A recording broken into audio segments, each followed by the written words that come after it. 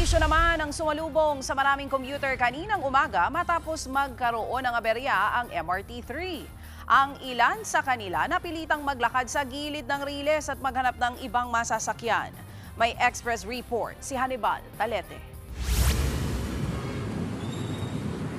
Napababa na lang at naglakad sa gilid ng riles ang mga pasaherong ito ng MRT-3 kaninang umaga. Nagkaroon kasi ng technical glitch ang isang tren sa pagitan ng Santolan at Ortigas Station, southbound mag-alas 6 ng umaga.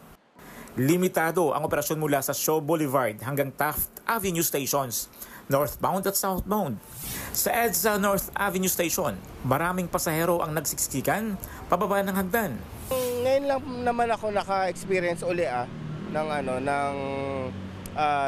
ganitong problema sa MRT. Pinababa kami, tsaka yung papuntang southbound. Parehas pinababa. Paano po yan? Commute na lang uli. No choice tuloy ang ilang pasahero, kundi maghanap ng ibang masasakyan. Lalong-lalo na ang mga papasok sa trabaho. Malaking abala para sa akin, lalo na hindi ako nalilate sa mga trabaho ko, sa mga naging trabaho. Ngayon lang ako malilate. 11 years ko sa kampanya, pangalawang late ko pa lang ngayon. Ang ilan sa mga pasahero nahirapan sa pag-book ng ride-hailing na motorsiklo. Alas 6:30 ng umaga na magpatupad ng provisional service ang MRT.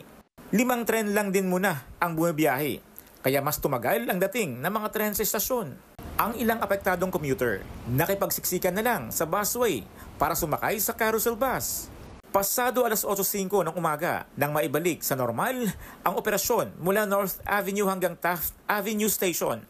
Samantala, bilang dispensa sa mga naabala, libre ang sakay sa buong train line na takatagal buong araw. Late kaming lahat! Humihingi rin ng pasensya ang pamunuan ng DOTR sa mga naapektuhang commuter.